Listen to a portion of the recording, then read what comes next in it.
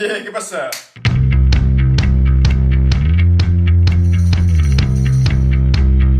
Vinc a parlar-vos de la crisi iconoclasta. I tu diràs, a veure, a mi háblame en cristiano, això què és? Pues una brega que van tindre en l'imperi bizantí, però no una brega d'estes de pati del col·legi, no. Una en la que van estar més d'un segle arreant-se d'hòsties. Anem a veure per què. Ale, a la faena. El debat que havia aquí era sobre les imatges, les icones, que eren les imatges sagrades, que podien ser de Crist, de la Verge Maria, ja sabeu per on van els tirs. Però no era un debat d'estos d'assentar-se, fer-se una cerveseta i dir si t'agrada més Goya o Velázquez. Allò era com una guerra civil, diferents faccions polítiques i eclesiàstiques enfrontades entre si. I va haver inclús persecucions i morts, Alerta en això. En esta brega havia dos tipus de persones. Els iconoclastes, que estaven totalment en contra de les imatges, de que estes siguen adorades i de que es posen dins de les esglésies. I als iconòduls, que poc li faltava per casar-se amb les icones i anar-se'n en elles de luna de miel. I antes de seguir vos explique. Una icona en l'imperi bizantí era una obra d'art especial. Per a ells no era només un tros de madera pintat, perquè tenia unes funcions diferents a les que podia tindre un quadre que pintares tu a classe de belles arts. I també eren sagrades, i per això era obligat que hagin estat en contacte directe o indirecte amb la divinitat o amb algo sagrat. Si pintaves el teu company de pis que s'ha quedat dormint al sofà mirant un documental de la 2, això de sagrat té poc. Ara ho entendreu en un exemple clar. Sant Lluc, a part d'evangelista, era pintor i va pintar a la Teotocos, la Mare de Déu, que li va fer de modelo en la vida real. I això vol dir que eixa pintura havia estat en contacte amb una persona sagrada i passava a ser sagrada també. I la resta de pintors, que eren més sabuts que el dimoni, s'enduien les seues pintures a Constantinoble i en elles tocaven la pintura original i esta també passava a ser sagrada. Així n'anava la cosa, de bobos no tenien un pèl, I per a conèixer els orígens de la icona podem anar-me'n als retrats del Fayum, uns retrats mortuoris d'època romana. I podem veure clarament que la tècnica de les icones és la continuació de la tècnica que gastaven aquí. Mireu, comparem este retrat amb una icona de Sant Pere, encara que a mi no em pareix res descabellat, els bizantins seguien sent l'imperi romà. Lo que passa que aquestes icones ara tenien una altra funció, la de ser adorades. Però, ojo, això no significa que estos retrats que vos he mostrat siguin influència directa de les icones bizantines. Això vol dir que de la pintura d'eixa època només mos ha arribat això i avant. Però segurament els que es farien en altres territoris serien pareguts a estos. I quin va ser el problema que va desencadenar que es pegaren uns altres? Pues que el fanatisme es va portar a l'extrem i ja pareixia que adoraren a les icones més que al propi Déu. Els iconoclastes dient: trompellots, no veu que això és un tros de madera mal pintat? Deixeu-se de bobaes i reseu-li a Déu, que falta vos fa. I mira que em sap mal dir-ho, de veritat vos ho dic, però els iconoclastes no anaven tan mal encaminats. Perquè en la Bíblia el propi Déu li diu a Moisès que no vos veig allò fent imatges de res i mucho menos adorant-les, que encara vos arrearé dos bateculs ben donats. Que no vos veig allò. I ara, per entendre-ho bé, posem-nos en situació. Estem en una societat superreligiosa que creu que tots els mals que li passen són un càstig de Déu. L'imperi bizantí ha perdut el 60% del seu territori en uns 50 anys. Al perdre's esos territoris, el menjar que arribava d'ells ja no arriba. I llavors com t'apanyes, que ahir no tenies un mercadona més de casa. Damunt, l'any 715 els musulmans ataquen Constantinoble, per terra i per mar. Era la primera volta que li atacaven per l'aigua. Com si no tingueren prou disgustos ja.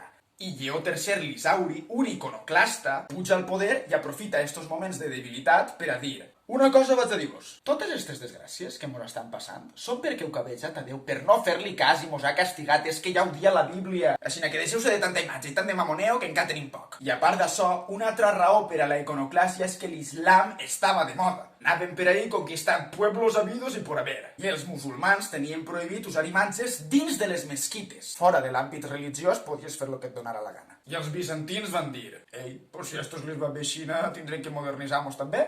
I tot el rotllo comença l'any 726, quan l'emperador diu que destruïsquen el mosaic de Crist de la porta de la Xalquer. Bàsicament va fer com els gats quan et marquen territori. Ells terren una pixarrà com ui de mà i este senyor et destruís mosaics. L'any 730, Lleó III envia a fer la mà al patriarca que havia en l'església, perquè este era iconòdul, era fanboy de les imatges i li caia mal. I estaca a un patriarca que era igual d'iconoclasta que ell. Y en este moviment ja tenia el control del poder polític i de l'església, o sea, que comienzo la fiesta. S'emblanquinaven imatges dins de les esglésies o es pintava damunt d'elles per substituir-les, i lo més comú era que canviaren lo que havia per el símbol de la creu. Mireu esta, que és la de Santa Irene. Després del fill de Lleó III, que es deia Constantí V Copronymus. Això significa Constantí V nom de merda. I este era un iconoclasta de cuidado. Este samarro va fer que s'escriguera un text on estaven les bases ideològiques i dogmàtiques de la iconoclàsia. I en el text diu: dins de l'església només es farà l'Eucaristia, lo del pa i el vi de tota la vida. I si esteu creatius i voleu fer dibuixets, l'únic que podeu fer és una creu. I això és com les lentejas, o lo tomas o lo dejas. Peixets i fulles de parra també es podien fer, però res més. I este moment va ser com quan els joves veuen que hi ha molt de paro i diuen: uf, jo me'n vaig a un altre país, no siga cas. Perquè els pintors de l'època, ja em diràs tu ara quina feina tenien, si una creu la pot fer hasta la meva germana. I per això molts van fugir a buscar un puesto on treballar, la majoria se'n van anar a Itàlia. I en el concili iconoclasta de Llereia del 754 es declara ja oficialment que les icones eren trossos de fusta mal pintats i que eren idolatria per adorar imatges com si foren Déu i heretgia. Heretgia és qualsevol cosa que es considere il·legalíssima.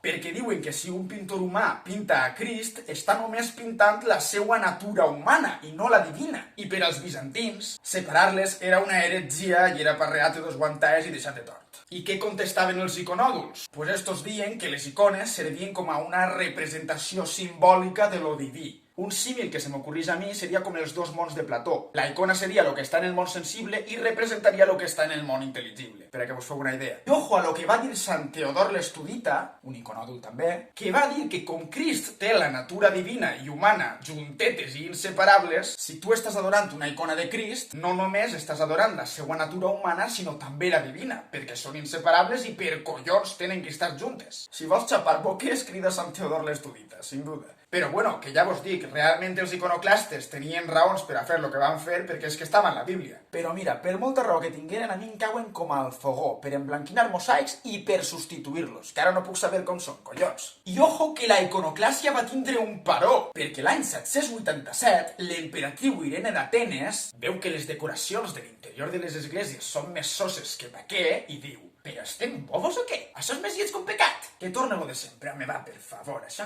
què és? Però no dura molt perquè al 815 torna a restaurar-se la iconoclàsia. Sí, donaran pel cul, mare de Déu. Per la setmana que ve tinc pensat fer un vídeo exclusiu de la vida d'Irene d'Atenes. Ojo al dato. I finalment ja el 10 de març del 843, l'emperatriu Teodora diu: a Irene me l'haureu vacilat, però a mi no aneu a tocar-me la figa. I restaura definitivament les imatges. Ja poden tornar a pintar imatges sagrades i el que els passe pel nas. Fixeu-se la importància històrica de dos dones en un món d'homes. Si no fora per elles, existiria la possibilitat de que no saberem res de les icones bizantines. I ja ho tenim bé per avui. Si t'ha agradat, t'agrairia moltíssim que el compartires. Seguis-me en les xarxes del canal per a no perdre't cap novetat. Subscriu-te al canal i activa la campaneta, que si no YouTube no t'avisa de que puge vídeo. Vídeo setmanal cada dilluns a les 8, subtitulats al castellà, perquè aquí no excloem a ningú. I recordeu que el coneixement no fa nosa i aquí estem per ampliar-lo i compartir-lo tot el que puguem. Mos veiem al dilluns.